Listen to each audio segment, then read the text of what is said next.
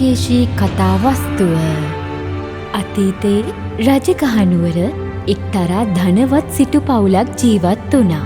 මේ සිටු පවුලට හිටියේ 16 හැවිරිදි එක් දියණියක් පමණයි. ඇය කුණ්ඩලකේශී නම් වූවා. ඉතාම සුන්දර රූපයකින් හෙබි ඇගේ යෝන්වියට එළඹිලයි හිටියේ. ඇය නොගැලපෙන ආදර සම්බන්ධතාවක පැටලේ යයි බියෙන් සැකෙන් පසු වූ දෙමාපියන් ඇයව සත් මහල් ප්‍රාසාදයකින් යුත් සිටු මැදුරේ 7 වෙනි මහලේ රඳවා තබා ආරක්ෂා කළා. කුණ්ඩලකේශීද ඒ ගැන චෝදනා කිසිත් නොකර සේවිකාවක් සමග උඩුමහලේ සතුටින් වසනු ලැබුවා.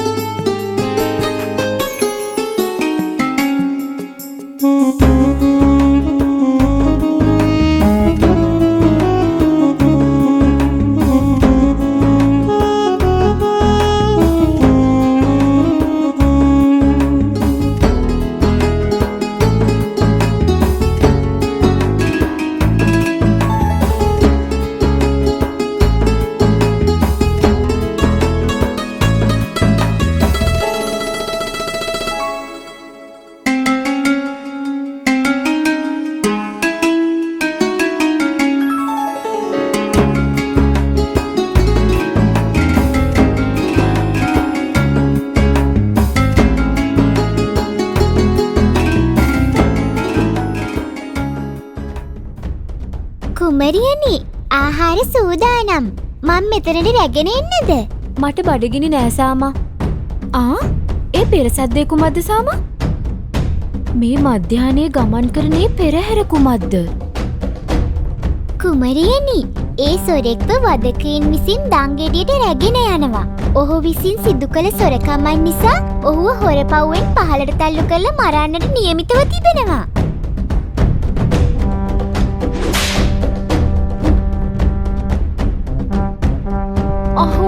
අර කසකරුවන් ඔහුට පහර දෙනවා. අනේ ඔහු කෙතරම් අහිංසකද? ඔහුට කෙතරම් වේදනාවක් දැනෙනවා ඇතිද? ඔහු සොරෙක් කුමරියනි. ඔහුට ඔය දඬුවම ලැබී තිබෙන්නේ ඔහුගේ සොරකම නිසායි.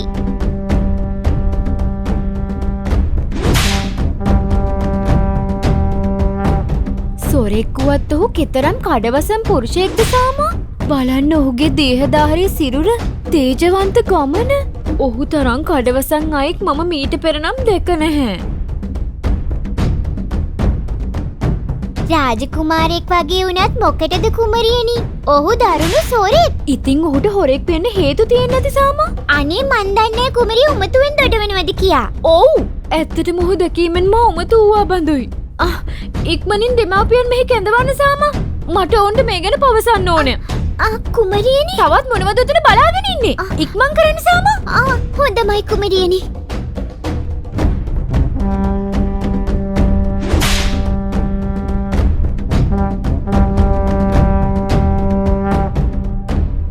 මේ වගේ ඇනිමේෂන් හදන්න ඔබත් කැමතිද?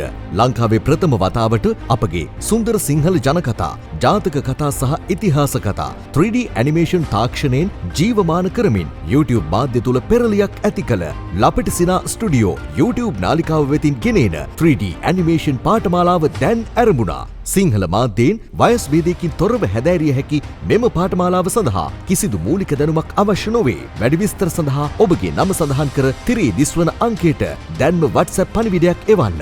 ශ්‍රී ලාංකීය නාමය ජාත්‍යන්තරයට ගෙන යා හැකි රැකියා රාශියක් ඇති මෙම 3D ඇනිමේෂන් ශාස්ත්‍රයේ ප්‍රවීණයෙකු වී ඔබේ අනාගතයේ ජය ගැනීමට අදම අප හා එක්වන්න. ලපටිසිනා ස්ටුඩියෝ.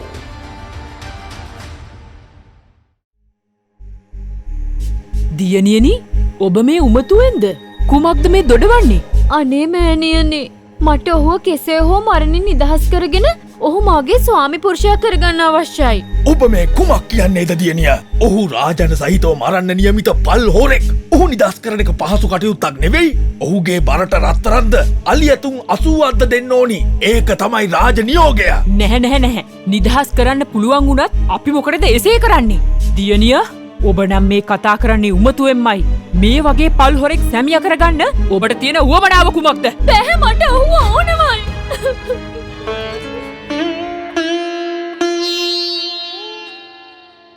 කුමරියනි, තවම දහවල් ආහාරයවත් ඔබ අරගෙන නැහැ. කුසගින්නේ සිටීමෙන් ඔබ වැහැරෙන්න පුළුවන්. කමක් නෑ. වැහැරි මිය ගිය දෙන්. දියණිය, ඔබ නොකා නොබී මෙසේ අපෙන් පලිගන්න හදන්නේ ඇයි? මට අර තරුණයා අවශ්‍යයි. ඔහු නැති වුණොත් මම මගේ ජීවිතය නැති කරගන්නවත් සත්තයි. කුණ්ඩල කේශීගේ වදන් වලින් නම් සිටු දේවීට ඇති වූයේ බියක්. ඇය මේ බව සිටුතුමාට පවසා සිටියා. අවසානයේ සිටුතුමා මැදිහත් වී වදකයින්ට කහවණු ලබා දී තරුණයා වෙනුවට වෙනත් අයෙක් මරන්නේයි පවසා තරුණයාව මරණින් ගලවා සිටු මැදුරට රැගෙන ආවා.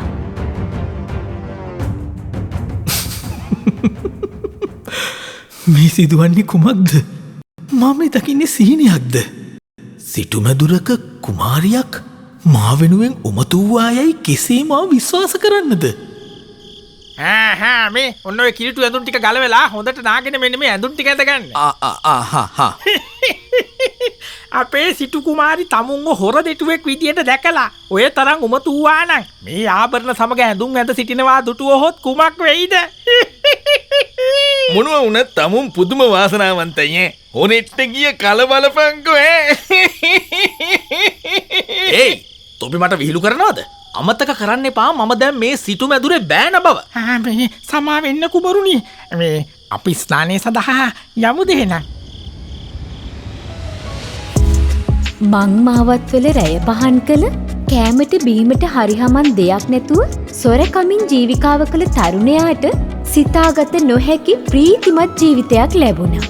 සිටුතුමන්ලා විසින් දෙදෙනාව විවාහ කර දුන් පසුව සිටු කුමරිය තරුණයා කෙරෙහි මහත් ආදරයෙන් පසු වූවා. ඔහු වෙනුවෙන් ඔහුගේ සියලු මෙහෙවර ඇය විසින් සිදු කළේ මහත් කැමැත්තෙන්.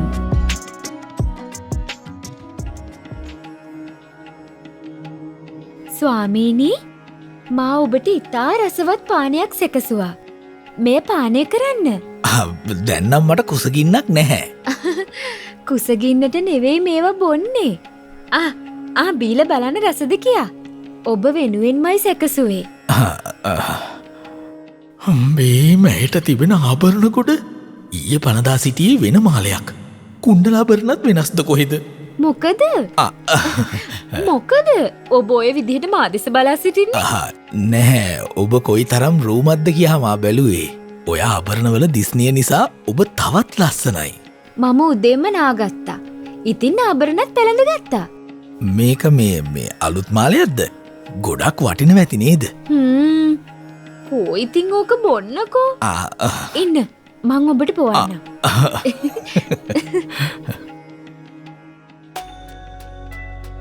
සිටු කුමරිය තරුණයා වෙනුවෙන් කොයි තරම් දේ කළත් ඔහුට තම ජීවිතේ ගත කළ අවධිය තරම් ඒ කිසිවක් සෑහුණේ නෑ.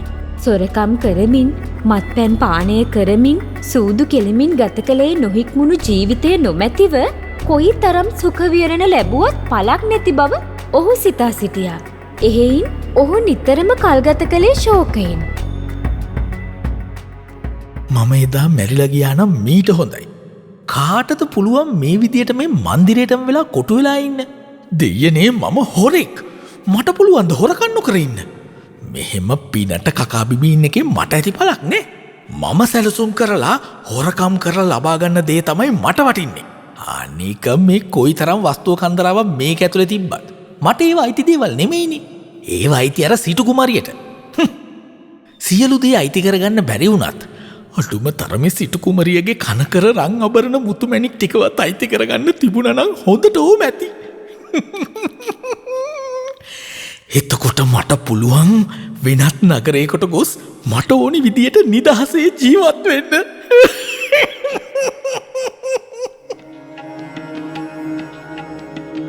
ස්වාමීනි, අද ඇතුල් නුවර සැනකෙලියක් තිබෙනවා. අපි එන අරබන්න යමුද? මට බෑ කුමරියනි. ස්වාමීනි, ඔබ කුමක් හෝ අසනීපයකින් පෙළෙන්නේද? ඔබ දෙස බැලූ කල මට එසේ හැඟෙනවා. සොඳුර, මා කෙසේද මේ දේ ඔබට පවසන්නේ? කුමක්ද? ඔබට කීමට අවශ්‍ය හැම දේම මට කියන්න ස්වාමීනි. එදා මා නොකළ වරදකට මරණ දඬුවම නියම වූ වෙලාවේ මාව බේරගන්න කියලා දෙවියන්ට මම බාරයක් වූවා. ඒ කුමක්ද ස්වාමීනි? මාව පහලට තල්ලු කර මරන්නට නියම වූ චෝර පර්වතය උඩ ඉඳන් දෙවියන් වෙනුවෙන් ආභරණ පූජාවක් කරන බවට මා බාරයක් වූවා. ඉතින් ඔබේ ජීවිතේ බේරුණානි ස්වාමීනි. අපි ඒ බාරය ඔප්පු කරමු. ඒ කොහොමද සුන්දරිය? මම ඒ බාරය ඔප්පු කරන බව කීවේ ආභරණ පූජා කොට. එහෙත් මට කොයින්ද සුන්දරිය ආභරණ? ඉතින් මේ මංගාව ආභරණ තියෙන්නේ ස්වාමීනි. මේවා දැන් අයිති ඔබට තමයි. අපි මේ ආභරණ වලින් පූජාව සිදු කරමු. අනේ එසේ කරන්නේ කොහොමද? මාව බේරගත්තෙත් ඔබ. එතකොට මම කොහොමද ඔබේ ආභරණ වලින් පූජාව තබමු කියන්නේ? මමනේ පවසන්නේ. ඔබ දුකෙන් ඉන්න එපා. අපි හෙට උදේම ගිහින් දෙවියන් උදෙසා පූජාව තබමු. අනේ මන්ද. හරි. එහෙනම් ඔබ මේ දෙමව්පියන්ට නම් පවසන්න යන්න එපා. පූජාව පමණක් තබන බව කියන්න. තව දෙයක්. අප දෙදෙනා පමණයි මේ ගමනේ ආයුත්තේ. හොඳද? හොඳයි ස්වාමීනි. එසේනම් ඔබ හෙට ඔබගේ සියලුම ආභරණ වලින් සැරසෙන්න. මම ආසයි මගේ ජීවිතය බේරා දුන් මගේ සොඳුර ඉතා රූපවත්ව දෙවියන් බැහැදකීමට යනවට. එහෙනම් මම පූජාවට ඇවිසිදී සූදානම් කරන්නම්. අපි හෙට උදේම චෝර පර්වතය වෙත යමු ස්වාමීනි.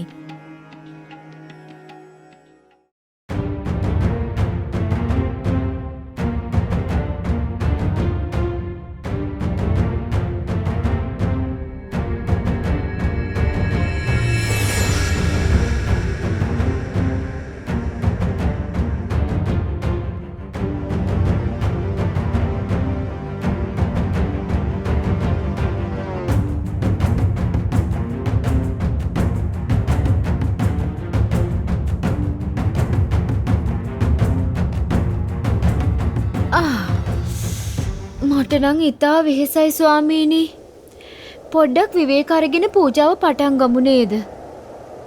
හොඳටම හවස් වේගෙනත් ආවා. අපි අද රෑ ගත කරන්නේ කොහෙද ස්වාමීනි? මම නම් ඉතින් මෙතනින් පිටත් වෙනවා. හැබැයි ඔබට නම් රැයක් ගත කරන්න වෙන එකක් නැහැ. අනේ ස්වාමීනි, මට තේරුන්නේ ඔබ කිව්දේ. මෝඩ පිස්සු ගෑණි. සිටු පවුලක ඉපදුන නුඹ තරම් මෝඩ ගෑණියෙක් අම්මපමා තවත් දැකනේ. ස්වාමීනි, නුඹ මෝඩ නැත්තම් මං වගේ හොරෙක් වෙනුවෙන් මිය යන්න හදයිද? අනේ ස්වාමීනි, කුමක්ද මේ පවසන්නේ? මං ඔබට ආදරය කළා. මට ඔබ කෙරෙහි ඇත්තේ නොවෙනස් ආදරයක් පමණයි. මා ඔබ වෙනුවෙන් කුමක්ද නොකළේ? අනේ තිගේ ආදරයෙන් මට ඇති පළක් නෑ. මේ සිටු පවුල් මට වැඩකුත් නෑ. දැන් ඉතින් ඔන්න ඔය සියලු ආභරණ මට ගලවා දීපන්. ආභරණ මට දී තී මේ පර්වතයෙන් පැන මැරියා. කොහොමත් ඊට පණ පිටින් යන්න මම ඉඩ දෙන්නේ නෑ. අනේ ස්වාමීනි, ඔබට හැබෑවටම මේ කුමක් සිදුවේද? දෙවියනේ, මම ඔබට ආදරය කළ තරම් ඔබ මේ කුමක්ද පවසන්නේ? ඊට මම කවදාවත් ආදරය කළේ නෑ. ඒක මතක තියාගනින්. එපමණයි. අනේ දෙවියනේ, මෙවන් ගුණමකුවෙක් වෙනුවෙන්ද මම මගේ ජීවිතය කැප කළේ. දැන් කරන්න දෙයක් නෑ. මොලේ කල්පනා කරලා වැඩ නොකළොත් මම අමාරුවේ වැටෙනවා. මොනවද කල්පනා කරන්නේ?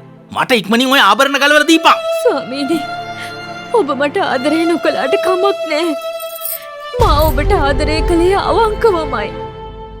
අවසන් වතාවට මට ඔබ වටා 3 වරක් පැදකුණු කරමින් වැඳ නමස්කාර කර අවසර ගන්න ඉඩ දෙන්න හිමියනි.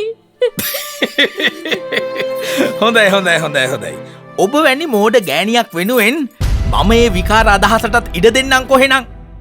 ඔබට මා සැබෑවටම ආදරය කළා හිමියනි. එය බොරුවක් නෙවෙයි. හරි. ඉක්මන් කරනවා.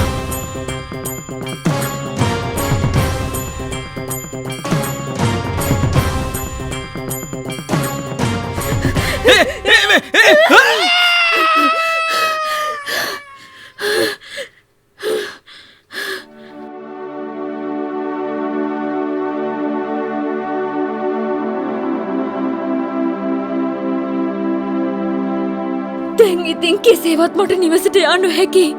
නිවසට ගියොත් දෙමව්පියන් මගෙන් මොහුගෙන අහනවා. දැන් මට මේ ගිහි ජීවිතේවත් මේ ආභරණ වලින්වත් ඇති පළක් නෑ. මම තපස් ආරාමයකට හෝ පන්සලකට යා යුතුයි.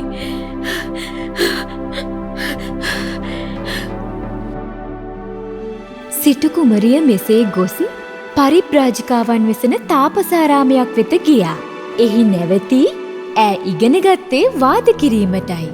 වාද දහසක් ඉගෙනගත් ඇය ගම් නියම් ගම් සැරිසරමින් වාද කරමින් ජීවත් වුණා. සංකේතයක් ලෙස නිතරම ඇය ඇතැතිව ජම්බු අත්තක් තිබීම නිසා ඇය ජම්බු පරිබ්‍රාජිකාව නමින් ප්‍රකට වුණා. ඇය සමග ගිහියෙකු වාදයකට ඇවිත් ඔහුට ඇය පැරදුනොත් ඔහුගේ බිරිඳ වන්නටත් පැවිද්දකු සමගින් වාද කර දිනුවොත් මහණදම් පිරීමටත් පරිබ්‍රාජිකාවන් විසින් ඇයට උපදෙස් දී තිබුණා. ඒ අනුව දිනක් ඇයට අතරමඟදී සැරියුත් මහරහතන් වහන්සේ මුණ ගැසී වාද තරගයක් පවත්වා. එයින් සැරියුත් හිමියන් ජයග්‍රහණය කළා. මේ නිසා වාද නීතියට අනුව කුණ්ඩලකේශී තෙරණිය නමින් ඈ සැරියුත් මහරහතන් වහන්සේ හමුවේ සසුන්ගතව රහත් බවට පත් වුණා.